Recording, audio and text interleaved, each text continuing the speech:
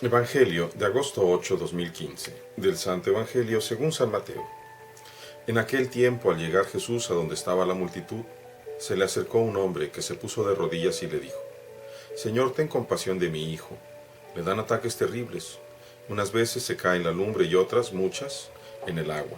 Se lo traje a tus discípulos, pero no han podido curarlo. Entonces Jesús exclamó: ¿Hasta cuándo estaré con esta gente incrédula y perversa? ¿Hasta cuándo tendré que aguantarla? Tráiganme aquí al muchacho. Jesús ordenó al demonio que saliera del muchacho y desde ese momento éste quedó sano. Después, al quedarse solos con Jesús, los discípulos le preguntaron: ¿Por qué nosotros no pudimos echar fuera a ese demonio? Le respondió Jesús: porque les falta fe. Pues yo les aseguro que si ustedes tuvieron fe, al menos del tamaño de una semilla de mostaza, podrían decirle a ese monte: trasládate de aquí para allá, y el monte se trasladaría. Entonces nada sería imposible para ustedes. Palabra del Señor. Gloria a ti, Señor Jesús. Voy a tomar solamente una parte de la primera lectura que corresponde al capítulo 6 del Deuteronomio, porque es el mandamiento más importante. Escucha, Israel, el Señor nuestro Dios es el único Señor. Amarás al Señor tu Dios con todo tu corazón, con toda tu alma, con todas tus fuerzas. A mí me gusta traducir directamente del hebreo, y entonces yo digo: amarás al Señor tu Dios con toda tu conciencia, con toda tu vida y todas tus fuerzas. De forma tal que no queda resquicio, porque cuando somos muy acomodaticios, cuando decimos: Señor, te entrego todo el corazón, te entrego toda el alma, se me imagina que hiciéramos como el 14 de febrero, ¿ah? Y hacemos puros corazones de papel y los entregamos, ¿no? Pero cuando decimos: te amo con toda mi conciencia, te amo con toda mi vida, ya no hay para dónde hacerse, es con toda la persona. Veamos qué sucede en el Evangelio de hoy, porque hoy el Señor nos habla de la fe. La fe, recordemos que no es un acto meramente del hombre. Primero que nada, empieza siendo un regalo de Dios.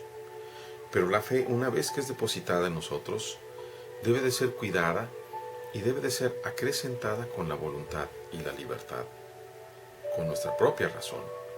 Porque ciertamente la fe no va en contra de la razón, sino que sobrepasa la razón. La escena se desarrolla cuando Jesús viene bajando del monte Tabor después de la transfiguración. Subió, recordemos, nada más con 3 de sus discípulos y los otros 9 se quedaron ahí. Y había llegado este hombre a llevarles a su hijo, aparentemente epiléptico, pero que en realidad tenía un demonio. Y los discípulos no habían podido expulsar al demonio, siendo esto que ya habían sido ungidos con poder para dominar a los demonios. El hombre se postra delante del Señor: ten compasión de mi hijo, le dan ataques terribles, tus discípulos no lo han podido curar. El Señor exclama una palabra muy dura, unas palabras: ¿hasta cuándo estaré con esta gente incrédula y perversa? Es fácil pensar únicamente en el hombre que le llevó al hijo enfermo. Él es el incrédulo, él es el perverso. Pero creo que sería un error, porque dejaríamos de ver, ciertamente no perversos, pero sí incrédulos hasta cierto punto, a los propios discípulos. Porque cuando le presentan al endemoniado, el Señor simplemente ordena al demonio que se salga y se va. Y cuando se quedan solos, los que habían intentado expulsarlo preguntan: ¿por qué nosotros no pudimos? Y la respuesta del Señor es muy directa: les falta fe. Si tuvieran fe al menos del tamaño de una semilla de mostaza, una fe pequeñita, así pequeñita, con eso bastaría para que nada fuera imposible.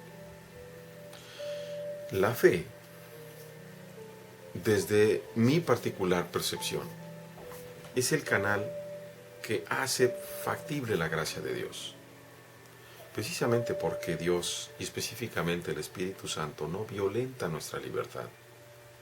La fe es aquello que abre la posibilidad de la acción de Dios en nuestra vida y en los demás. Recordemos precisamente la fe de aquellos 4 que llevaban al paralítico. Recordemos después, tiempo después de esta escena, la fe de Juan y Pedro con el paralítico de nacimiento. Recordemos la fe de Pablo con aquel joven que se había roto el cuello cayéndose del 2º piso y que Dios lo resucita. La fe de Pedro con la viuda que le es presentada precisamente muerta como bienhechora de una cantidad de mujeres, que Dios a través de su fe, de la fe de Pedro, resucita también.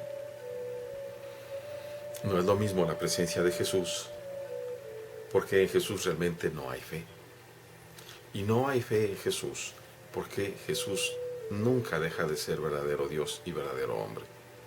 Jesús es la presencia de Dios, es Dios mismo. Por eso no puede tener fe en sí mismo Jesús, sino que Él es Dios, como nos lo va repitiendo constantemente los diferentes evangelios. Sin embargo, nosotros, los discípulos, los apóstoles, requerimos de la fe para que a través de nuestra fe se logren precisamente las obras de Dios. En una sanación y sobre todo en una expulsión de un demonio. El dedo de Dios actuará a través de tu fe. En una intercesión para aquellos que son ateos, aquellos que no creen en Dios, aquellos que su fe es pequeña. El Espíritu Santo actuará a través de tu fe y mi fe, si nosotros lo pedimos convencidos de que vamos a lograr las cosas. Por eso es tan importante razonar y conocer, razonar nuestra fe y conocer de quién dependemos. Como dice San Pablo, yo sé en quién he puesto mi confianza. La fe también es un grado de confianza. Es la confianza del niño que se abandona en los brazos de su padre. Es la confianza del apóstol que se sabe enviado y amado y sostenido por Dios. Queridos hermanos, tu fe puede transformar el mundo. Si tú con fe comienzas a ser movido por el Espíritu Santo, a interceder por todos nosotros. Atrévete, hermano, atrévete a trabajar para Él. El Señor ha dicho, ánimo, yo he vencido al mundo. Como verdadero hombre, como verdadero Dios, sabemos que no solo ha vencido el mundo, sino ha construido el mundo de la nada y lo sostiene con su palabra. Si Dios con nosotros, ¿quién contra nosotros? Nos hace mucho bien revisar precisamente el examen de conciencia y revisar hacia atrás la vida, nuestra vida, para identificar con humildad la mano de Dios, como Él día tras día, segundo tras segundo nos sostiene. Y eso nos debe dar confianza. Dios les bendiga, hermanos.